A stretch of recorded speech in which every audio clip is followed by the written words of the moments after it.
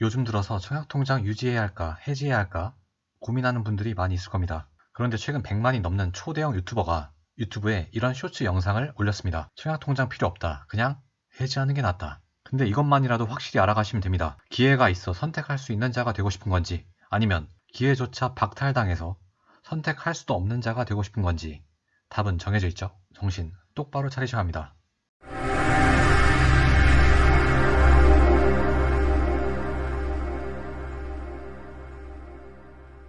이 구독자 100만이 넘는 유튜버는 이어서 이렇게 이야기합니다. 정부에서 현재 돈이 없으니까 돈 더 거두려는 목적으로 청약통장 1회 인정 금액도 10만원에서 25만원으로 올리는 거다. 그래서 정부의 의도에 말려드는 것보다 가격이 저렴한 매물을 잘 찾아서 내 집 마련을 빨리 하는 것이 20년 뒤 공공청약에 당첨됨으로써 얻는 이익보다 내 집 마련을 빨리 함으로써 그 20년 동안 오른 집값이 훨씬 더 클 것이다. 아니, 안 그래도 분양가 자체도 비싸서 청약통장 납입을 해봤자 당첨돼도 집 못 산다는 기사, 이번 생은 망해서 신축 포기한다고 하는 기사, 아파트값 급등으로 청약 해지한다는 기사, 청약통장 이탈 가속화라는 기사가 연일 터져 나오고 있는 와중에 대형 유튜버의 이 말을 들으면 대부분의 불인이 분들 또는 불인이가 아니어도 해지를 하는 게 맞는 건가? 라는 생각이 들 겁니다. 실제로 계속해서 주택청약 종합저축 가입자 수는 감소하고 있습니다. 어제 오늘의 일이 아닌 거죠. 1년 만에 거의 35만 명이 감소를 했고 주택청약 1순위 가입자 수도 약 2년도 안 돼서 90만 명 가까이 감소를 했습니다. 최근 이런 기사를 보셨을 겁니다. 세금이 계속해서 안 거쳐가지고 올해 예상되는 정부의 세수 결손이 30조에 육박을 한다고 합니다. 그래서 지방 교부세도 줄이고 외화시장 관리하라고 배정된 외평기금에도 손을 대고 주택도시기금에도 손을 대고 있습니다. 이 주택도시기금은 주택청약 저축액을 재원으로 합니다만 더 황당한 것은 이러한 행동을 이번에 처음으로 한 게 아니라 2년째 하고 있다는 겁니다. 집주인이 보증금을 안 돌려줘서 대의 변제를 해야 하는 금액도 2년 연속 3조 원대에 육박을 하다 보니까 이것도 주택도시기금에서 메꾸는 등 당초 써야 될 자금들이 이상한 용도로 활용되고 있습니다. 계속해서 나라 곳간의 바닥이 드러나니까 궁여지책으로 정부에서 청약통장 월 납입 인정액을 11월부터 기존 10만원에서 25만원으로 대폭 상향을 시킨 거죠. 정부는 이렇게 이야기를 합니다. 공공분양은 금액 순으로 당첨되는 거 알지? 그리고 이자율도 낮다고 불만이 많으니까 좀 올려줄게. 그리고 소득공제도 해주잖아 하면서 좋은 이야기만 해주는 거죠.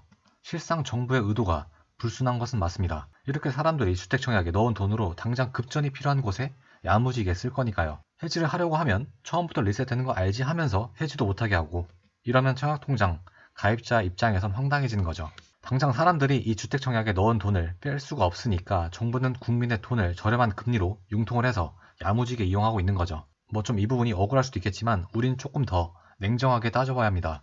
제일 중요한 것은 내 이익이겠죠. 정부의 저런 혜택을 내가 제공한다고 해도 그로 인해 내가 누리는 혜택이 더 크면 좋을 수도 있는 거잖아요.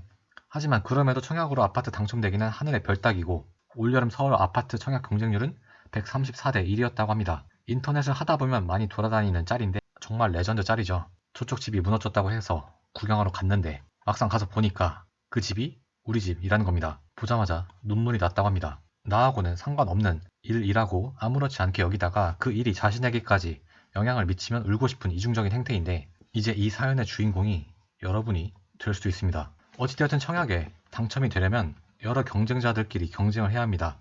그 매물이 인기 매물이라면 더 박터지게 경쟁을 해야 하고요.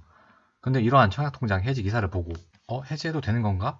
어차피 안 되는 거 뭐하러 목돈 청약통장에 묵히고 있냐 하면서 도저히 이건 희망이 없다 하면서 냅다 도망가는 거죠. 박터지게 경쟁을 하고 있던 이모씨가 갑자기 청약시장에서 알아서 도망가 버리니까 같이 싸우던 경쟁자 김모씨 입장에선 갑자기 뭐지? 싶겠죠. 이런 게 개꿀인가? 같이 청약에서 경쟁하던 사람이 알아서 빠져주니까 남아있는 사람 입장에선 경쟁자가 알아서 제거가 되니 좋을 수밖에 없습니다. 그리고 여러분께 솔직히 하나만 물어보겠습니다. 이러한 공공에서 지어주는 아파트들 있죠. 이런 곳에 어떻게 해서든 들어가고 싶은 사람이 있을까요? 아니면 이런 삼성물산 레미안 아파트, 대림, 아크로, 현대건설 DH, 롯데건설 르엘, 한화 푸레나 등의 아파트를 들어가고 싶나요? 이건 뭐 누구라도 답이 정해져 있는 거잖아요. 제가 특정 건설사, PPL 하는 것도 아니고 있는 그대로의 현실이지 않습니까? 이런 공공분양 아파트는 현재 거주하고 있는 입주민들조차 해당 브랜드 이름을 지우고 싶어하는 상황이죠. 구글에 휴먼시아라고 검색을 하게 되면 연관 검색어로 이러한 단어가 뜹니다. 제가 이런 공공에서 지어진 아파트를 비하하는 게 아니라 사회적인 인식 자체가 이렇다라는 것을 보여주려고 가져온 겁니다. 참고로 저는 경제력 기반으로 남을 무시하는 것만큼 멍청한 짓은 없다고 생각하는 사람이니까 오해하지 않으셨으면 합니다. 어찌됐든 당연히 왼쪽 거보다 오른쪽 거를 더 선호하시잖아요. 그리고 저 역시 굳이 왼쪽보다 오른쪽이 낫다고 생각을 하고, 그리고 자산을 불리고 싶다면 솔직히 공공분양을 바라보는 것만큼 안타까운 일은 없다고 생각하는 사람입니다. 공공분양을 바라보다가 그동안 다른 아파트를 샀을 때 오른 집값에 기회비용이 너무나도 커요. 여기서 영상 초기에 말한 대형 유튜버의 말이 완벽히 틀린 말임을 이야기하려면 이 부분을 꼭 알고 있어야 하는데, 국민주택은 쉽게 말해서 LH 등에서 짓는 아파트라고 생각을 하시면 되고, 민영주택은 국민주택을 제외한 모든 주택을 말하고, 쉽게 말해서 여러분이 알고 계시는 민간 브랜드 아파트라 생각을 하시면 됩니다. 근데 이 국민주택, 주택청약의 1순위가 되기 위한 요건으로는 가입기간, 납입 횟수 등이 중요한데 지역에 따라 이렇고요. 1순위 조건이 되는 건 어렵지 않으니까, 즉 동순위에서 국민주택 청약에 당첨되기 위해서는 저축 총액이 많은 사람부터 선정이 되는데 장기간 꾸준히 넣어야겠죠. 물론 1회 인정금액의 상한선이 정해져 있잖아요. 1회에 100만원 넣는다고 다 인정을 해주나요? 그렇지 않죠. 결국 돈을 쏟아 붓는다고 당첨되는 것도 아니고 최대 상한선 금액을 엄청난 장기간 동안 넣어야만 당첨 가능성이 있게 됩니다. 이에 반해 민영주택은 최소 예치금과 가입기간, 이거 두 개만 봅니다. 이번에는 민영주택, 주택청약 1순위 조건인데 아까 국민주택하고 다른 부분이 있죠. 바로 납입 횟수가 상관이 없습니다. 즉 한 번에 일시납을 해도 돼요.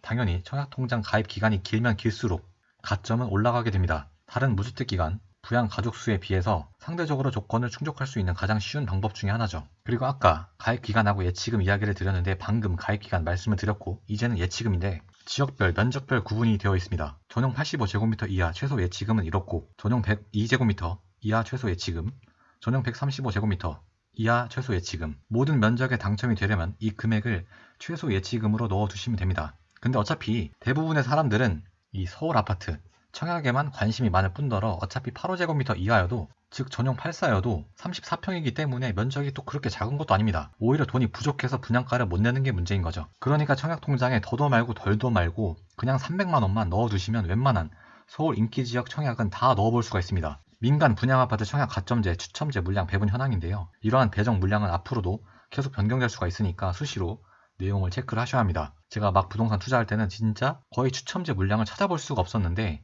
지금은 그래도 추첨제 물량이 꽤 많습니다. 규제 지역이어도 전용 5구면 추첨제 물량이 60%나 있고, 현재 강남 3구 및 용산구를 제외한 나머지 서울 자치구도 모두 비규제 지역인데 여기는 전용 84도 추첨제 물량이 60%나 됩니다. 말 그대로 무주택자 지위 등 기본적인 조건만 갖추면 추첨제에서 무작위 랜덤으로 뽑히게 되는데, 청약통장을 해지를 하게 되면 이 게임에 참여할 권리조차 없게 됩니다. 청약통장을 그래도 잘 유지하고 있어서 이번 청약에 참여를 할까 말까 고민할 수 있는 자와 대형 유튜버의 말을 믿고 혹은 맨날 기사에서 청약통장 해지하고 있다니까 진짜 필요 없나 보다 하고 내용을 제대로 살펴보지도 않고 청약통장을 해지를 해버려서 좋은 청약 물건이 떴는데도 이 게임에 참여할 수 없는 자, 누구를 택하고 싶으신가요?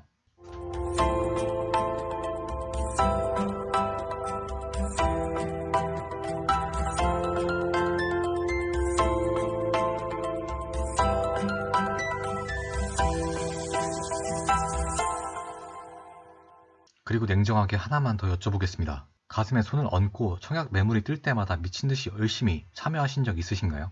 인터넷상에는 키보드 워리어가 너무나 많습니다. 아무것도 행동하는 것은 없으면서 불평 불만만 엄청나게 하는 거죠.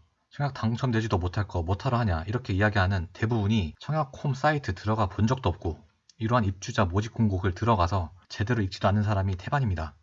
이 단지 입주자 모집 공고글은 50페이지가 좀 넘는데 대부분의 사람들이 열심히 읽고 청약을 할까요?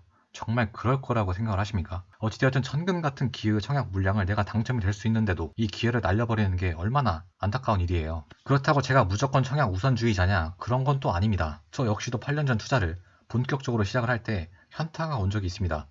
청약통장 가점을 계산을 해봤는데 11점이 나온 거예요. 무주택 기간 점수가 빵점이었습니다. 무주택 기간은 만 30세부터 카운트를 하는데 이 당시에 저는 만 30세가 안 되었었고 당연히 싱글이니까 부양 가족도 없어서 여기서도 빵점. 제가 받은 점수는 오로지 성인 되자마자 청약통장 가입을 해서 받은 가입기간 점수였습니다.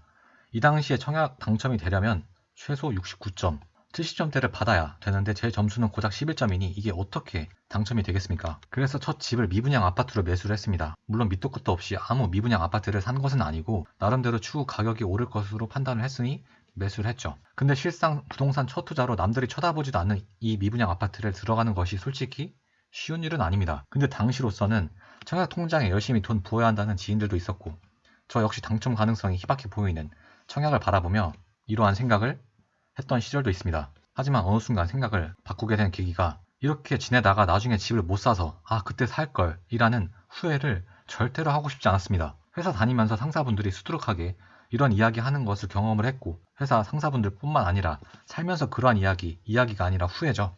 이러한 후회들을 엄청 많이 듣고 자라왔기 때문입니다. 저는 저러한 후회를 절대 하고 싶지 않았던 거죠. 지금이라도 괜찮은 아파트를 빨리 사서 그동안 집값 오른 5억이 나을까요? 아니면 언제 당첨될지 모르는 청약을 바라보고 있다가 우연치 않게 당첨이 돼서 안전마진 5억을 보는 거 어떤 게 더 좋다고 보시나요? 전 둘 중에 왼쪽이 더 좋다고 생각하는 사람입니다만 그래도 오른쪽 청약이라는 기회가 있는 선택권을 가지고 있는 것도 나쁘지 않다고 봅니다.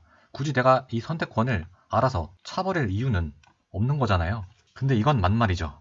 청약만 바라보는 것은 정말 바보다. 결국 이 두 가지 전략을 모두 가져가야 합니다. 괜찮은 청약이 나오면 전부 다 지원을 하고 이와 동시에 괜찮은 물건이 나오면 빠른 매수를 하는 결단력도 필요하다. 괜찮은 청약은 안전마진이 확실한 청약을 말하는 거고 괜찮은 물건은 시세 대비 초급매가 나온 경우이거나 사람들이 지금은 관심이 없어 별로인 것처럼 보이는 미분양 매물들을 잘 선점을 하게 되면 추후 보석으로 빛날 수 있는 매물들이 많습니다. 매번 말씀드리지만 지금은 그 지역의 대장 아파트인 아크로 리버파크, 아크로 서울 포레스트, 반포자이, 레미안 크레시티, 경희궁 자이 등도 다 미분양이었습니다. 이러한 청약에 참여할 수 있는 기회를 받냐 안 받냐 이것도 중요하지만 생각보다 청약 통장을 유지함으로써 얻는 혜택도 정말 많습니다. 정책 상품들, 예를 들어 그래도 최근에 나온 신생아 특례대출 우대 금리 항목을 보면 청약 통장 가입 기간에 따라 최소 0.3%에서 최대 0.5%까지 우대 금리를 줍니다. 최소 예치 금액이 있는 날로부터 5년 이상은 0.3%, 15년 이상은 0.5%죠. 이 0. 몇 프로대 금리가 우습게 보이시나요? 대출 받을 때 몇 억을 대출받기에 이 청약통장을 갖고 있음으로써 절감하는 이자 금액은 실로 엄청납니다. 최소 예치금만 넣어두어도 이 이자 절감액이 이 최소 예치금 본전 뽑고도 남습니다. 여러분이 청약에 당첨이 되지 않더라도 이러한 정책 상품을 나중에 이용을 해서 엄청난 이자 절감을 할 수 있는데도 기회를 스스로 차버리실 건가요? 내 집 마련을 하기 위한 행동은 1도 안 하면서 청약통장 무용론이 대두되고 구독자가 100만이 넘는 유튜버도 청약통장 해지하는 게 좋다고 하니까 이에 동화돼서 청약통장을 해지하겠다는 생각을 갖는 순간 참여해서 나쁠 것이 없는 시장에서 스스로 퇴장을 하게 됩니다. 이것도 다른 경쟁자들하고 져서 이탈하는 게 아닌 스스로 이탈하는 거죠. 그리고 그동안 쌓아놨던 청약 관련된 점수도 다 날아가겠죠. 지금은 청약통장이 쓸모없어 보이지만 부동산 정책은 절대로 영원하지 않습니다. 나왔던 정책이 엎어져서 오히려 반대로 진행될 수도 있는 겁니다. 영상에 처음 나왔던 질문입니다. 청약통장 해야 할까요? 말아야 할까요? 이제는 답이 나오셨습니까? 아까 영상 중간에 더도 말고 덜도 말고 청약통장에 300만원만 넣어두라고 말씀을 드렸는데 이 300만원도 넣어둘 여유가 없다라고 이야기하시는 분이 있을 겁니다. 그럼 직장 퇴근하고 대리운전이라도 해서 300만원 추가적으로 채워 넣으십시오. 한 달에 50만원, 6개월 하면 채울 수 있는 돈인데 말이죠. 저의 이 말을 듣고 직장 다니는 것도 피곤해 죽겠는데 무슨 또 대리운전을 뛰라고 하냐, 일만 하다가 죽을 거냐 라고 반문하는 사람이 있을 건데 이렇게 이야기를 하신다면 저 역시 뭐 반대하지 않습니다. 그냥 그렇게 사시면 되고요.